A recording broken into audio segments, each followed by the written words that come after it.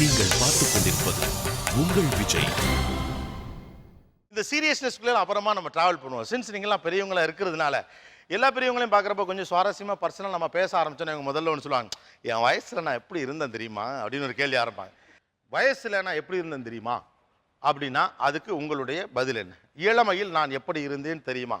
நான் வந்து அப்போ என் வயசுல வந்து 50 பேர்னா அள்ளி போட்டு அப்படி சமைப்பேன். ஆ அந்த அளவுக்கு என்னால சமைக்க முடியும். எனக்கு என்ன பெரிய அதுதான் விஷயம் அழகா சொன்ன. 50 சமைக்கிறது. பேர்னால அள்ளி போட்டு அள்ளி போட்டு சும்மா சமைப்பேன். அதை அளக்கிற கிளக்கிறதுலாம் கிடையாது. சும்மா அப்படி அள்ளி கையால விட்டு எறிஞ்சாலும் மைக் நல்லா பக்கத்தில் வச்சுங்க. மைக் நல்லா கையை விட்டு எறிஞ்சாலே அவ்வளோ கரெக்டா இருக்கும். இப்போ வந்து யோசித்து சரியா இருக்குமோ சரியா இருக்காதோ கொஞ்சம் உப்பு பத்தாம போயிடுமோ இப்போ அப்படின்லாம். விட்டுருங்க. இப்போ எப்படி இருக்கு நம்ம அப்புறம் வருவோம். ஆமா. முதல்ல அந்த ஹாப்பி மூட்லயே நம்ம இல்ல, டிராவல் ஆகும். எங்க போனாலும் பரிமாறணுமா? எத்தனை பந்தி பரிமாறணும் சொல்லுங்க, நான் பரிமாறுவேன். நான் இது இன்னைக்கெல்லாம் சொல்லிட்டு சந்தோஷப்பட்டுட்டு இருக்கேன். சூப்பர். வேற வயசுல நான் எப்படி இருந்தேன் தெரியுமா அதை மட்டும் சொன்னா போதும். பெண் பார்க்க வந்துட்டாங்க 20 வயசுல. மரத்துல இளநீர் ஒரு வரல. எல்லாருக்கும் ஒரே வருத்தம். கடகடன் பாவடை புடவையை எடுத்து மேலே சொருவிக்கிட்டு பாவடை தாவணி தான், அதில் தான் பொண்ணு பார்க்க வந்தது. கடகடன் மரம் ஏறி இளநீ பறிச்சுட்டேன். மரம் ஏறி இளநீ பறிச்சுட்டேன். பொத்துன்னு போடுறேன். ஆ. வந்த மாப்பிள்ளை வீட்டில் ஐயோ மரம் ஏறுற பொண்ணெல்லாம் எங்களுக்கு வேண்டான்னு திரும்பி போயிட்டாங்க ஐயா. அந்த மாதிரி ஒரு இளமை எனக்கு. Super super. வா காலேஜ் பொறுத்த இந்த பாய்ஸ்லாம் ஃபுட்பாலில் மூவிங் ட்ரெயின்லேருந்து இறங்கி போவாங்க. காலேஜ்லேருந்து ஒரு நாள் வரும்போது லெட் மீ ஆல்சோ ட்ரை, நம்ம என்ன போயிட்டோம்னு சொல்லிட்டு ஓடுற ட்ரெயின்லேருந்து இறங்கினேன். பால்னு விழுந்தேன். அங்கே பார்த்தேன் யாராவது நம்மளை பார்த்துட போகிறாங்க, தட்டின்ட்டு டப டபான்னு படி ஏறி போயிட்டேன். ஓகே. நான் என்சிசி அண்டர் ஆஃபீஸராக இருந்தேன் காலேஜில். அப்போ rope climbing, rifle shooting, trekking எல்லாம் அப்படியே ஒரு ஜமாச்சு வேகமாக போகிறது. அடுத்தது 2 பில்டர் போட்டுட்டு சரோஜா தேவி ஸ்டைலில் ட்ரெஸ் பண்ணிட்டு அப்படி அழகாக போகிறது. அது எப்படி சரோஜா தேவி ட்ரெஸ்னா என்னது? அது சரோஜா தேவி ஸ்டைல். சரோஜா தேவி தாங்க அப்போ கிளாமரஸ் ஆக்ட்ரஸ். அவங்க ஸ்டைல் தான் எல்லா காலேஜ் ஸ்டூடெண்ட்ஸ்க்குமே என்ன இருக்கும். பண்ணுவீங்க? அந்த 2 பின்னல், ஒன்று முன்னாடி பின்னாடி போட்டு ஒரு பக்கம் பூவெல்லாம் வச்சுக்கிட்டு ரொம்ப அழகா ஸ்டைலா நடக்கிறது. இதெல்லாம் வந்து அந்த காலத்து நினைவுகள். சூப்பர். வேற நான் யங்கர் ஏஜில் கிரிக்கெட்டுக்காக எதையும் செய்வேன். கிரிக்கெட் விளையாடுறதான் என்னுடைய முக்கிய இது. உதாரணத்துக்கு சொல்லணும்னா எஸ்எல்சி இங்கிலீஷ் பற்றி அன்றைக்கி காலையில் கூட நான் என் நண்பர்களோட போய் கிரிக்கெட் விளையாடுறதுல மும்முரமாக இருந்தேன். கிரிக்கெட் தான். அப்போ யார் உங்களுக்கு கிரிக்கெட்ல யார் உங்க ஹீரோ? அப்போ எனக்கு வந்து ஜிஆர் விஸ்வநாத்னு பெரிய ஃபேமஸ் பிளேயர். குண்டப்பா விஸ்வநாத். குண்டப்பா விஸ்வநாத். யாராவது தவறு பண்ணாங்கன்னா சண்டைக்கு போவேன். ஓகே. ஏன்னா அந்த வயசில் அடுத்த நிமிஷம் தவறாக நடக்குதுன்னா அதை எதிர்த்து அடிப்பீங்களா? அடிப்பேன். அடிச்சுடுவீங்க? அடிச்சிடு. பஞ்சாயத்து எழுதிருவீங்க ஊர்ல? ஆமாம். ஓகே. சின்ன வயசில் துணிச்சி அடிச்சிடும். அடிச்சு போடுவீங்க. ஓகே. வேற நான் காலேஜ் படிக்கும் போதெல்லாம் ஒரு 10 மணிக்கு புதுப்பேட்டை திரு கல்யாணி எப்போ வருவா, குரோனிக்கு குளோரிண்டா எப்போ வருவா, நாங்கள் ஒரு செட்டே போய் ஜாலியாக சைட் அடிப்போம். இவங்க சொன்னாங்கல்ல சரோஜா தேவி அந்த மேட்ச் ப்ளவுஸு எல்லாம் ஒரே கலரில் போட்டது. அதுக்கு முன்னால் கலரில் தான் சில இதெல்லாம் உடுத்துவாங்க. சரோஜா தேவி மாதிரி இருக்கான்னு ஒவ்வொரு கேர்ளுக்கும் ஒரு பேர் வைப்பு. அது ஒரு சந்தோஷமாக இருந்திருக்கும். குட். எஸ். வேற சின்ன வயசாக 2 கையையும் விட்டுட்டு சைக்கிளை வேகமாக ஓட்டி பக்கத்தில் உட்கார்ந்துருக்கிற என்னுடைய மனைவியை ஏறத்தாழ 5 ஆண்டு காலங்கள் காதலித்து வெற்றிகரமாக நாங்கள் திருமணம் செய்து கொண்டோம். அது சின்ன வயசுல என்னால் செஞ்ச ஒரு பெரிய த்ரில்லான காரியம். எவ்வளோ அழகா இருப்பாங்க வயசுல அவங்க? இப்போ இருக்கிறத விட இப்பவே அழகு, இதை விட இன்னும் பல மடங்கு அழகா இருப்பாங்க. சின்ன வயசாக இருக்கும்போது எல்லாரும் நம்மளை பார்க்கணும், நிறைய பேர் நம்மளை லவ் பண்ணோன்ற மாதிரி ஒரு சிந்தனையில சுற்றிட்டு இருப்போம். சில நேரத்தில் அது பலிக்கவும் செஞ்சது. எத்தனை பேர் காதலிச்சாங்க உங்களை? சும்மா சொல்லுங்க. இப்போ என்ன இதுக்கு மேலே யாரும் என்ன பண்ண போறாங்க? எத்தனை பேர் காதலிச்சாங்க? குறிப்பாக சொல்ல முடியாது. குறிப்பாலாம் வேண்டாம், சும்மா ஒரு ரஃபா. மேபி ஒரு half a dozen. ஓகே. காதல் மன்னன். இளமை பருவத்தில் சொல்லணும்னா நான் வந்து நடக்கிறதே வந்து ஓடுறது மாதிரி இருக்கும். அந்த மாதிரி ஒரு ஃபாஸ்டஸ்ட் மேன் என்ன சொல்லுவாங்க. Okay okay. எங்கள் ஏஜில் வில்லு மாதிரி இருப்பேன் சார். எவ்வளோ சினிமா தியேட்டரில் அப்போல்லாம் கூட்டம் வரிசையில் நிற்பாங்க 500 பேர். டிக்கெட் அங்கே திறந்த உடனே எல்லா கூட்டமும் முன்னாடி போயிடும். நான் 100வது ஆளாக இருந்தால் கூட 10 டிக்கெட்டுக்குள்ளே வாங்கிடுவேன். நான் பூந்து எப்படியும் உள்ள கூட்டத்தில் பூந்து வாங்கிடுவேன். எவ்வளோ இது கூட்டம் இருந்தாலும் சரி, அப்போ வந்தாலும் சரி, குறுக்கால பூந்து ஃபுல்லாக வாங்கிடுவேன். ஓகே. சின்ன வயசில் ஊரில் ஜல்லிக்கட்டு நிறைய விளையாடுவோம் சார். மாடு பிடிச்சது யார் பிடிக்கிறதுன்னு சொல்லி ரொம்ப சேலஞ்ச் பண்ணி மாடு பிடிப்போம். அப்புறம் ஸ்கூலுக்கு போகும்போது ஆற்று நிறையா தண்ணி போகும், கரை புரண்டு ஓடும் தண்ணி. அதில் யார் முன்ன போகிறதுன்னு கையை விட்டுட்டு நீஞ்சி போவோம், ஸ்விம்மிங் பண்ணி போவோம். அதே சமயத்தில் மாடு ரேஸ் ஓட்டுறதுலேயும் யார் முன்னே வருதுன்னு சொல்லி யார் மாடு முன்னே வருதுன்னு சொல்லி பைசா கட்டி சேலஞ்சு பண்ணி அதில் விளையாடுவோம். அப்புறம் கபடி போட்டி இதெல்லாம் கிராமத்துலேயே அந்த வாலிபர்கள்லாம் சேர்ந்து ஒரு ஃபண்டு வச்சு யார் ஃபஸ்ட்டு செகண்ட் வச்சு அந்த மாதிரி பரிசு வச்சு வேகமாக ரொம்ப ஆக்டிவாக இருப்போம் சார். இப்போ சூப்பர். பக்கத்தில் அரசியல் தலைவர்கள் கூட்டங்கள்லாம் நான் செல்வேன். ஆனால் என் நண்பர்கள் சொல்லுவாங்க, அரசியல் தலைவர் கூட ஃபோட்டோ எடுக்க முடியுமான்னுட்டு. நான் வேகமாக போயிட்டு அண்ணன் இந்திரா காந்தி கூடவே மேடையில ஏறிட்டேன். ஏறி ஃபோட்டோ எடுத்துட்டேன். அதே போல் புரட்சித் தலைவர் எம்ஜிஆர் மீட்டிங்கு போயிருந்தேன். அங்கேயும் ஒரு வேகமாக போய் அவர் கூட ஃபோட்டோ எடுத்தேன். இந்த ஃபோட்டோலாம் இன்றைக்கும் எங்கள் வீட்டில் மாட்டி வச்சுருப்பேன். வந்த உடனே பார்ப்பாங்க, இதெல்லாம் எப்படி எடுத்தீங்க அந்த நாளில் அப்படின்னு ஆச்சரியமாக பார்ப்பாங்க. அந்த அளவுக்கு அந்த வேகம் அந்த நாளில் என்னை அறியாமையே ஒரு வேகத்தில் நான் போய் எடுத்தது உண்டு. அதே நேரத்தில் என்னை வந்து பெங்களூர்லேருந்து எங்கள் அங்கிள் கூப்பிடுவார் வான்ட்டு, உடனே பைக்கில் கிளம்பிடுவேன் பெங்களூருக்கு. எங்கே இது? சென்னையிலேருந்து. நான் இருக்கிறது அனகாபுத்தூர். அங்கேருந்து சென்னையிலேருந்து பெங்களூருக்கு பைக்கில் போயிடுவேன். மதுரையில் எங்கள் சிஸ்டர் இருந்தாங்க, சிஸ்டருக்கும் பைக்கில் போயிடும். அந்த நாளெல்லாம் பைக்கில் அவ்வளோ வேகமாக போவேன், அவ்வளோ வேகமாக போய் சேர்ந்துருவேன். பக்கத்தில் சின்ன வயசில் நான் மிமிக்ரி நிறையா பண்ணுவேன் சார். கலைஞர் மாதிரி, எங்கள் வீட்டில் இருக்கிற பாட்டிங்க மாதிரி, தாத்தா மாதிரி, எங்கள் மாதிரிலாம் பேசுவேன். ஆனால் இந்த கல்யாணம் வந்துச்சுன்னா எனக்கு கொஞ்சம் டிமாண்ட் இல்லாட்டி அது பண்ணுறா இது பண்ணுறா இது பேசி காமிங்கிட்ட சொல்லுவாங்க. So that use to be. இப்போ குரல் ஒத்துழைக்காது. வேற நீங்கள்? when I was 21 years அப்போ நான் இங்கே சென்னையிலேருந்து பொன்னேரி ஸ்டேட் பேங்க்கில் ஒர்க் பண்ணிட்டு இருந்தேன். இன்வேரியபிளி நான் வந்து ராயப்பேட்டாலேருந்து சென்னை சென்ட்ரல் போய் அங்கேருந்து ஒரு ஹவுரா ஜனதா எக்ஸ்பிரஸ் ட்ரெயினை பிடிக்கணும். எனக்கு தெரிஞ்சு கிட்டத்தட்ட எல்லா நாளுமே நான் வந்து ரன்னிங் ட்ரெயினில் பஸ்ஸில் தான் இறங்கியிருக்கிறேன். ஏன்னா பிகாஸ் இந்த சென்ட்ரல் கிட்ட நான் விட்டாச்சுன்னா அதுக்கப்புறம் நேரம் அங்கே போய் வால்டாக்ஸ் ரோட்டில் தான் போய் நிற்கும், அதுக்குள்ளே அந்த ட்ரெயின் போயிடும். ஸோ அதனால் எனக்கு தெரிஞ்சு கிட்டத்தட்ட கையில் ஒரு சாப்பாடு மூடையும் எடுத்துகிட்டு இன்வேரியபிளி அந்த எப்போ பஸ்ஸு ஸ்லோவாக அந்த பிரிட்ஜுக்கிட்ட போகும்போது இறங்கியிருக்கேன். இன்றைக்கி நினச்சா கூட அது ஏன் எவ்வளோ ரிஸ்க் எடுத்திருந்தோம், பஸ் வேறு ஏதாவது பஸ்ஸில் போயிருக்கலாமே அப்படின்னு கூட தோணுது இன்றைக்கி. பட் அன்றைக்கி அதெல்லாம் த்ரில்லிங்காக இருந்தது எனக்கு. ரொம்ப அழகாக யோசித்து சொல்கிறீங்க. ஏன்னா அப்படி யோசிக்கிறப்ப தான் தெரியும், அப்படி தினந்தோறும் நம்ம செஞ்சுருக்க மாட்டேன். ஏன்னா இப்போ ஒரு தடவை ஒருத்தர் இறங்கலே பஸ்ஸில் இறங்குற பார்க்க படப்படான்னு இருக்கும். ஆனால் தினந்தோறும் கேஷுவலாக அது ஒரு ப்ராசஸாக நம்ம பாடு பண்ணிகிட்டே இருந்திருக்கீங்க. கிட்டத்தட்ட 90% அப்படி தான் இறங்கியிருக்கேன், அப்படி தான் ட்ராவல் பண்ணியிருக்கிறேன்.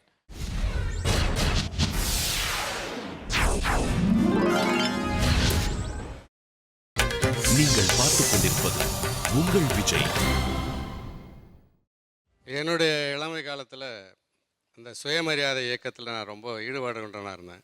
நான் அட்டன் பண்ணுற மீட்டிங் வந்து பெரியாருடைய மீட்டிங் தான். இன்வேரியபிளாக பார்த்தீங்கன்னாக்கா அவர் பேச ஆரம்பிக்கிறது வந்து ஒரு 10 மணிக்கு மேலே தான் பேச ஆரம்பிப்பார். சாதாரணமாக 12 மணி 1 மணின்றது சாதாரணமாக நடக்கும்.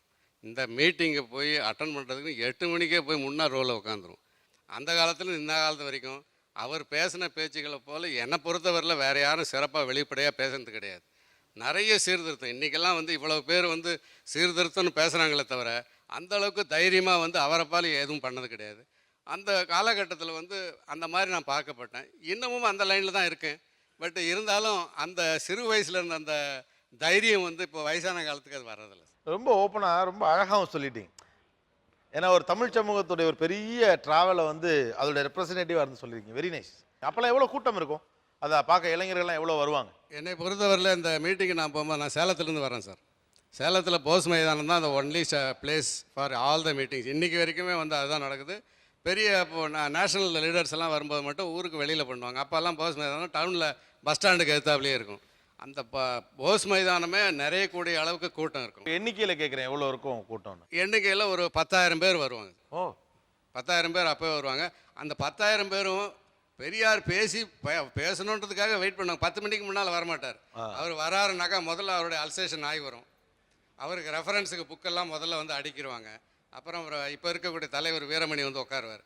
கடைசியாக தான் அவர் வருவார், பெரியார் வருவார். வந்து உட்காந்து அவர் முன்னுரை முடிக்கிறதுக்கே கிட்டத்தட்ட ஒரு அரை மணி நேரம் ஆகிடும். அட்ரஸ் பண்ணினா ரொம்ப ஸ்லோ. அப்போவே வந்து ஒரு 70-75 வயசு பக்கமாக இருக்கும். அதனால் அவர் பேச ஆரம்பிக்கிறது ரொம்ப ஸ்லோ. ஆனால் பேச்சு முடிகிற வரைக்கும் ஒருத்தர் கூட போக மாட்டாங்க. அந்த இருக்கக்கூடிய அந்த கூட்டம் வந்து கமிட்டடாக கடைசி வரைக்கும் இருந்தாங்க சார். ஓகே, இந்த பக்கம் என் இளம் பருவத்தில் சிவாஜி கணேசன்னா ரொம்ப ஒரு பெரிய பேரி. அவருடைய படங்கள்லாம் வந்து அவர் சொன்ன மாதிரி 10 பேரை தள்ளிட்டுலாம் என்னால் போக முடியாது. ஸோ 2,000 ரூபா டிக்கெட் 20 ரூபா கொடுத்து வாங்கிட்டு போவேன். ஓ, பிளாக்ல டிக்கெட் வாங்கி போகிறது? பிளாக்ல தான். ஓகே. சாந்தி தேட்டரில், தேவி தேட்டரில், சஃபயர் தேட்டரில், பிளாக்ல விற்கிறவங்க அத்தனை பேரும் எனக்கு தெரியும். அதுக்கப்புறம் கொஞ்சம் ஏஜ் பீரியடில் தங்கப்பதக்கம். கிரிக்கெட்டில் ரொம்ப இன்ட்ரெஸ்ட்டு. 3 மணி நேரம் 4 மணி நேரம் டெய்லி காலேஜ் முடிஞ்ச உடனே ப்ராக்டிஸ் தான். ஓகே. நான் கொஞ்சம் முன்காலத்தை சேர்ந்தவன்.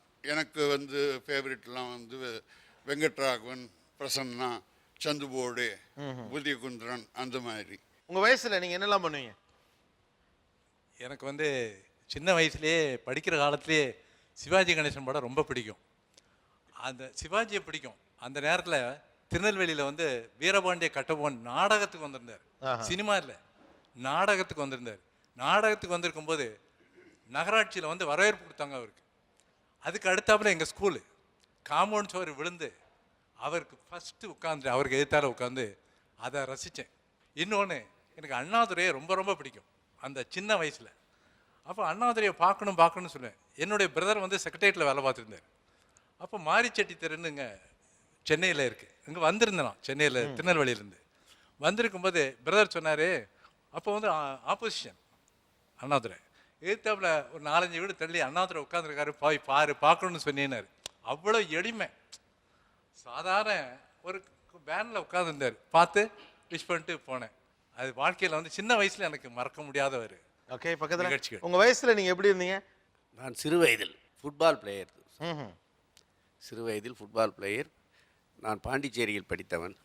பாண்டிச்சேரியில் கல்வி மாவட்ட அளவில் பல பள்ளிகளுக்கு சென்று விளையாடிய அனுபவம் உண்டு. Football player. பாண்டிச்சேரியில் இருக்கின்றவர்களுக்கு தெரியும், வா சுப்பையா என்று ஒரு கம்யூனிஸ்ட் கட்சியினுடைய தலைவர். இன்றும் அவருடைய சிலை அங்கு இருக்கிறது. அவருடைய நகராட்சிக்கு கூட அவருடைய பெயர் தான் வைக்கப்பட்டிருக்கிறது. பிரெஞ்சுக்காரனை எதிர்த்து அவர் போராடியது, அவர் வாழ்ந்த எளிமை என்னை அன்றும் ஈர்த்தது. இன்றும் நான் பாண்டிச்சேரிக்கு செல்லுகின்ற நேரத்தில் அவர் வாழ்ந்த இல்லத்தை தவறாமல் பார்த்துக்கிட்டு வருகின்ற வழக்கத்தை கொண்டிருக்கிறேன். அப்போல்லாம் அரிசி பஞ்சம் ரொம்ப சார். அப்போ எப்படின்னா நாங்கள் காலம்பு 2:30 மணிக்கே போய் டியூசிஎஸ் வாசலில் போய் கல்லை போட்டுடணும். அவன் 8:30 மணிக்கு வந்து தான் அரிசி கொடுப்பான். அந்த 8:30 மணிக்கு அரிசியை வாங்கி வந்து வீட்டுக்கு வந்துட்டு இருந்தேன். அப்போ எவனோ ஒருத்தன் வந்து, பாப்பா உங்கள் பாட்டி அரிசி கேட்குறா அப்படின்னா. சரி, அந்த அரிசியை கொடுத்துட்டு வீட்டில் வந்து கேட்டேன், பாட்டி அரிசி கொண்டு கொடுத்தாரா அந்த மாமான்னு கேட்டேன். அடிச்சா பாருங்க, அன்றைக்கி அந்த 15 வயசில் வாங்கின அடி இப்போ எனக்கு 65 வயசு ஆனால் கூட சொப்பனம் மாதிரி எனக்கு வருது. அவ்வளோ அப்படி அடி வாங்கியிருக்கேன். இப்போ நீங்கள் சொல்ல, இப்போ கம்பேர் பண்ணல, இப்போ இப்படியும் கழிச்சே பேண்டு கத்தாதுங்க பசங்க. அப்போ அத்தனை அடியும் வாங்கிட்டு நாங்கள் வந்து சைலண்ட்டாக தான் இருந்தாகணும். இல்லாட்டி அழுதான் இன்னும் போடுவோம் 2 முதுகில். அப்படிலாம் வாழ்க்கையில் எவ்வளோ நாங்கள் வந்து கஷ்டப்பட்டிருக்கோம். அரிசி கிடைக்கிறது அவ்வளோ கஷ்டம் அந்த டைம். ஆமாம் சார். அப்போல்லாம் 2:30 மணிக்கு டியூசிஸில் போய் கல்லை போட்டுட்டு வரணும். அவன் 8:30 மணிக்கு தான் லாரியில் வந்து அரிசி இறங்கும். அதுக்கப்புறம் வாங்கிட்டு வந்து நாங்கள் வீட்டுக்கு வந்து எடுத்துகிட்டு வந்து வீட்டில் கொடுத்து அப்புறம் நாங்கள் ஸ்கூலுக்கு போனோம். வயசில் எப்படிலாம் இருந்தீங்க? முரடன், மிகப்பெரிய முரடன். கட்டி போத குத்து, அதான் முரட்டத்தனம். 24 வயசில் கல்யாணம் ஆச்சு. கேரியர் இல்லாத சைக்கிள் எடுத்துகிட்டு வந்து மனைவியை முன்னாலே ஹேண்ட்பேரில் உட்கார வச்சு ஓட்டின்னு போவேன். 2 கிலோமீட்டர் சுற்றிட்டு அப்புறம் தான் சினிமா கொட்டாக்கி போவேன். ஓகே. அது ஒரு த்ரில்லு. அன்னைக்கு அது முடியும். 100 கிலோ சக்கரை மூட்டையை சர்வ சாதாரணமாக தூக்கி போட்டு பந்தாடின்னு இருப்போம். மாடியில் பேசின்னு இருக்கோம். எம்ஜிஆர் ரசிகரை தெரியும் உங்களுக்கு. எம்ஜிஆர் வெறியனை தெரியுமா? நான் தான். எம்ஜிஆர்னு சொல்லிட்டு இருக்கே, எம்ஜிஆர் செத்துட்டா என்ன பண்ணுவேன்னு கேட்டான் ஒருத்தன், வயசான பெரியவர். எம்ஜிஆர் சத்து போயிட்டா என்ன, தூக்கி வெளியில் போட்டான் அவனை மாடியிலேருந்து. நல்ல வேளை சவுக்கட்டை அடுக்கி வச்சிருந்து உயிர் தப்பிச்சான். வெறித்தனம், முரட்டுத்தனம். நாளைக்கு என்ன நடக்கும்னு தெரியாத அளவுக்கு ஒரு விலங்கு மாதிரி ஒரு குணத்தில் வாழ்ந்துட்டு இருந்தோம். அந்த பிராயம் அப்படி. நாளடைவில் கொஞ்சம் பக்குவப்பட்டுட்டோம். சூப்பராக சொன்னீங்க, அழகாக சொன்னார். ஏன்னா அந்த வயசில் அந்த துடிப்பு இருக்கும். பள்ளி பருவத்தில் வந்து எனக்கு பொறுப்பு இருந்து எல்லா வீட்டு வேலை சேர்ந்து, அப்போ தண்ணி கஷ்டம். தண்ணி கட்ட அந்த மாம்பழத்துலேருந்து அம்பத்தூருக்கு சைக்கிளில் போய் தவளையில் தண்ணி எடுத்துகிட்டு வீட்டுக்கு தண்ணி கொடுப்பேன். அந்த அளவுக்கு கஷ்டப்பட்டிருக்கோம் அந்த தண்ணி கஷ்டப்போது. அந்த கஷ்டம் மாம்பழத்துலேருந்து அம்பத்தூர் வரைக்கும் போய் 2 குடம் 3 குடம் தண்ணி எடுத்துகிட்டு வருவோம். அது ரெகுலராக பண்ணுறது. அதில் 2-3 தடவை தவளை கீழே வந்து தண்ணியெல்லாம் வேஸ்ட்டாகவும் போயிருக்கு. அந்த அளவுக்கு கஷ்டம் அனுபவிச்சிருக்கோம். என்னுடைய கல்லூரி நாட்களில் என்னோட கல்லூரியில் படித்த அன்று வந்து இந்திய எதிர்ப்பு போராட்டம் நடக்குது. என்னுடைய கணவர் வந்து கல்லூரி மாணவ பேரவை தலைவராக இருந்தார். அப்போது வந்து அந்த இந்திய எதிர்ப்பு போராட்டத்தை முன்னிருந்து நடத்தினார் என்னுடைய கணவர். நான் வந்து மகளிர் பிரிவில் செயலாளராக இருந்தேன். அப்போ நாங்கள் 2 பேரும் விரும்பி அந்த 3 ஆண்டு காலம் திருமணம் வந்து எப்படி நடந்ததுன்னா, ஏன் சொல்கிறேன்னா, பேரறிஞர் அண்ணா அவர்கள் முதலமைச்சராக வர்றாரு. அந்த முதலமைச்சர்கிட்ட போய் இவர் வந்து இளைஞர் அணி செயலாளராக இருந்தார் திமுகவில். அப்போ போய் அண்ணா கிட்ட தேதி வாங்கி நாங்கள் இருவரும் திருமணம் செய்து கொண்டோம். ஒன்று கலப்பு திருமணம். அவர் வேறு இனத்தை சார்ந்தவர், நான் வேறு இனத்தை சார்ந்தவர். எங்கள் வீட்டில் 7 குழந்தைங்க, 5 பொண்ணு 2 பசங்க. அதை வந்து எதிர்த்து, அந்த குடும்பத்தை எதிர்த்து எங்களுடைய தலைமுறையிலே இன்னைக்கு வரைக்கும் அந்த சீர்திருத்த திருமணன்றதும் எங்களோட தான். ஜாதி விட்டு ஜாதி திருமணம் செய்து கொண்டதுன்றது என்னுடைய திருமணம் தான். முன்னிலை வகித்தது யாருன்னு கேட்டிங்கன்னா, அன்று மாண்புமிகு சத்தியவாணி முத்து அம்மா தான். இன்னும் சேலம் வரல, அவங்க தலைமையில் நீங்கள் திருமணம் செய்துக்கிறதுல உங்களுக்கு சம்மதமானு கேட்டார் அண்ணா. அப்போ சம்மதம்னு சொல்லி நாங்கள் திருமணம் செய்து கொண்டோம். Super, very nice.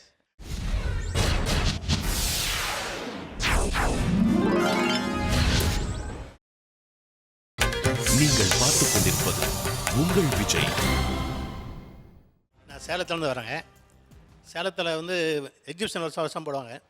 Salem exhibition மாதிரி நம்ம தமிழ்நாட்டிலே எங்கேயுமே பார்க்க முடியாது. அவ்வளோ கிராண்டாக இருக்கும், சூப்பர் கிராண்டாக இருக்கும். சரி. எல்லோரும் 1ஆம் நம்பர் கடையிலேருந்து 500ஆம் நம்பர் கடை வரை லைனாக போவாங்க. ஆனால் நாங்கள் வந்து ஃப்ரெண்ட்ஸு, நானும் என் ஃப்ரெண்டும் வந்து 500ஆம் நம்பர் கடையிலேருந்து 1ஆம் நம்பர் கடையில் ரிவர்ஸில் வருவோம்.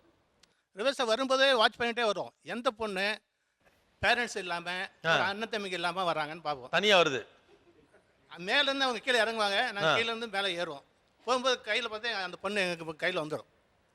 கொஞ்சம் தூரம் கூட்டு போய் விட்டுட்டு நான் வந்தவங்க போயிடுவேன், அவன் வந்தவங்க போயிடுவான். கையில் வந்துடும்னா புரியல. 2 பேர் கையை கொத்திட்டே வரும் சார். சரி. எங்கள் கை நடுவில் அந்த பொண்ணு வந்துடும், அவங்க அம்மா கிட்ட இருந்து விளைக்கிறோம். ஓ, 2 பேர் கையை பிடிச்சிருந்துன்னா நடுவில் வந்து அப்படியே கூட்டிகிட்டு போயிடுவீங்க. கூட்டிகிட்டு போய் ஒரு இடத்த விட்டுட்டு நான் அவங்க ஒரு பக்கம் போயிடுவேன், நான் ஒரு பக்கம் வேறு பக்கம் போயிடுவேன். அவன் அந்த பொண்ணு திருவிழா காணாம போன மாதிரி பக்கம் முழிச்சிட்டு இருப்பான். அந்த கூட்டத்தில் சந்தோஷம் கூட தனியாக விட்டுருவீங்க. ஆஹா, அது பார்க்கறது ஒரு சந்தோஷம். அவன் முழிக்கிற மொழியை பார்த்தோம்னா அவ்வளோ இதாக இருக்கும், சந்தோஷமாக இருக்கும். பார்த்து கம்முன்னு வந்துடும், அவ்வளோதான். ஓகே, நல்லா பார்த்துருக்கீங்க எக்ஸிபிஷனு. அப்போ வந்து 18 வயசு ஸ்கூல் போகும்போது ஒரு நடக்கணுன்றது வேகம் வந்து பயங்கரமாக இருக்கும்.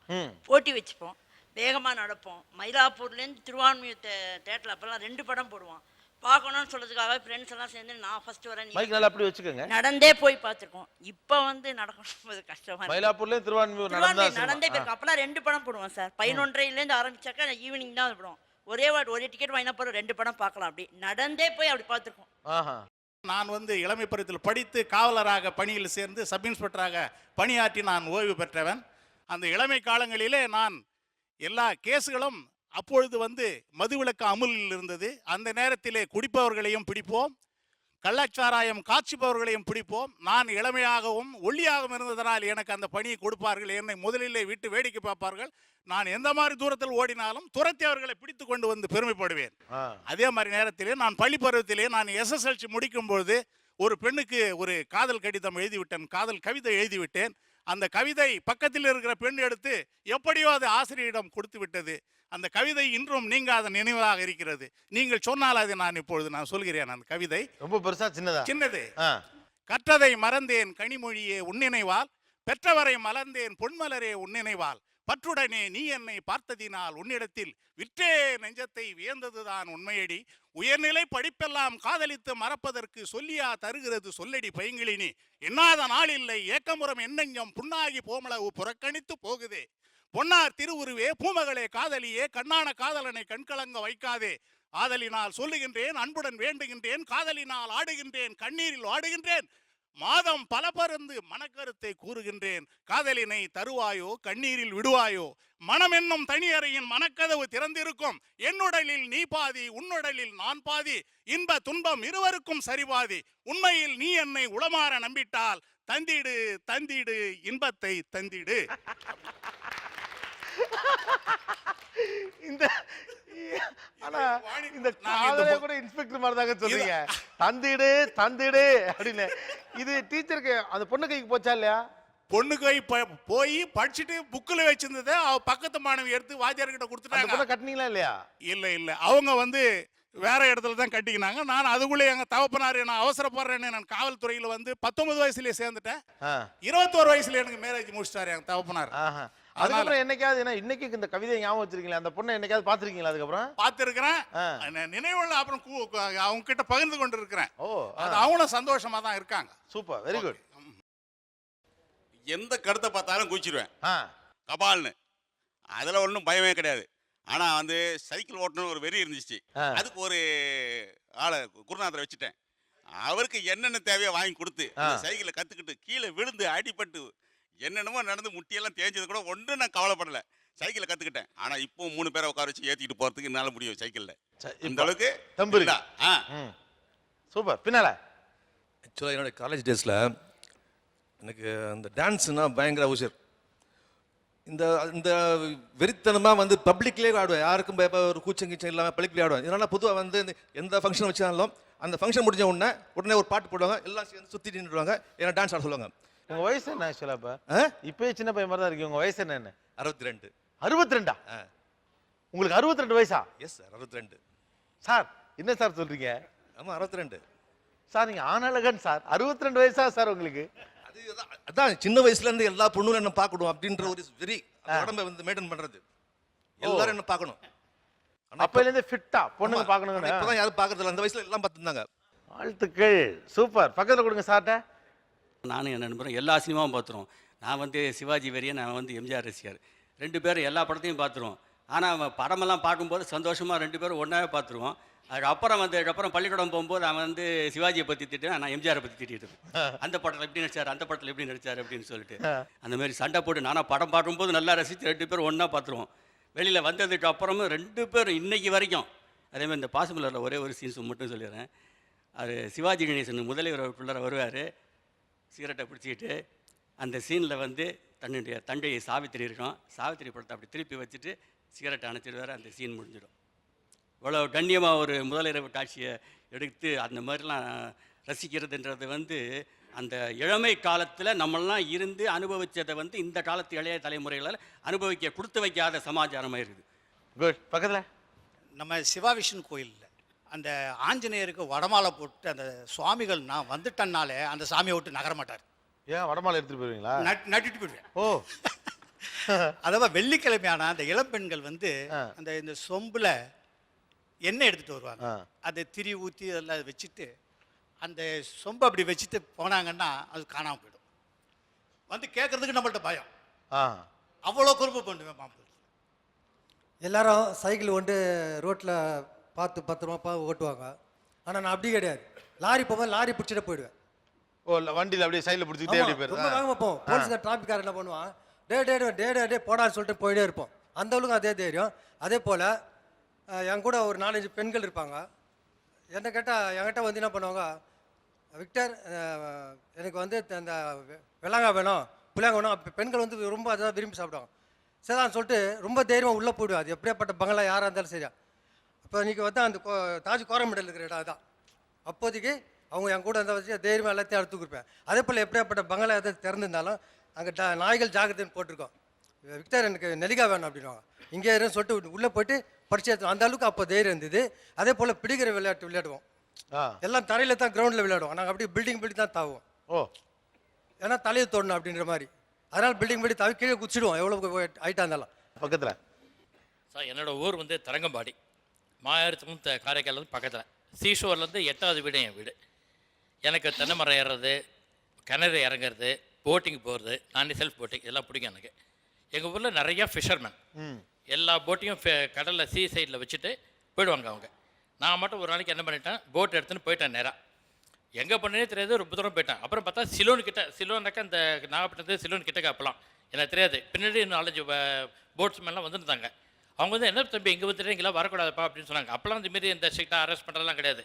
நான் அந்த சிலோன் ரொம்ப நேராக போயிட்டு அங்கே சீஷோர்லேயே வந்து எல்லாம் விற்பாங்க. நிறையா கொடை வைப்பாங்க, ஆஃப் சாரி நைலர் சாரி வைப்பாங்க. அதெல்லாம் வாங்கிட்டு ஒரு வீட்டுக்கு. ஆனால் ஜாலியாக அப்படியே சிலோன் வரைக்கும் போட்லேயே போயிருக்கீங்க. ஆமாம், அது போட்டே போயிருக்கேன். சொல்லலே பயமா இருக்குங்க. கேஷுவலாக அப்படியே பைக் எடுத்துட்டு பக்கத்துக்கு போன மாதிரி சொல்றீங்க. ஆனால் அந்த காலத்தில் ஒரு விஷயம் நல்லா புரியுது. 1960களை அப்படியே கண்ணு முன்னால் நீங்கள் கொண்டு வந்து சேர்த்த மாதிரி தோணுது. அந்த காலகட்டங்கள் இப்போது இருந்ததுலேருந்து நிச்சயமாக வேறாகத்தான் இருந்திருக்கிறது. அண்ணாதுரை பெரிய அளவுக்கு ஒரு பெரிய இன்ஸ்பிரேஷனாக இருந்திருக்கிறார். சிவாஜி மீது ஒரு கட்டற்ற பாசமும் பிரியமும் எல்லோருக்கும் வந்திருக்குது. எல்லாருக்குமே தமிழ் பற்று அப்படிங்கிறது ஏதோ ஒரு வகையில் அவர்கள் தொடர்போடு இருந்திருக்கிறார்கள். அப்புறம் அரசியல் சார்ந்த விஷயங்களில் எல்லோருக்கும் ஒரு பங்களிப்பும் ஆர்வமும் இருந்திருக்கிறது. பெரியார் பெரிய இன்ஃப்ளூயன்ஸை உருவாக்கி இருக்கிறாரு. காதலும் சாகசமுமாக வாழ்க்கை இருந்திருக்கிறது.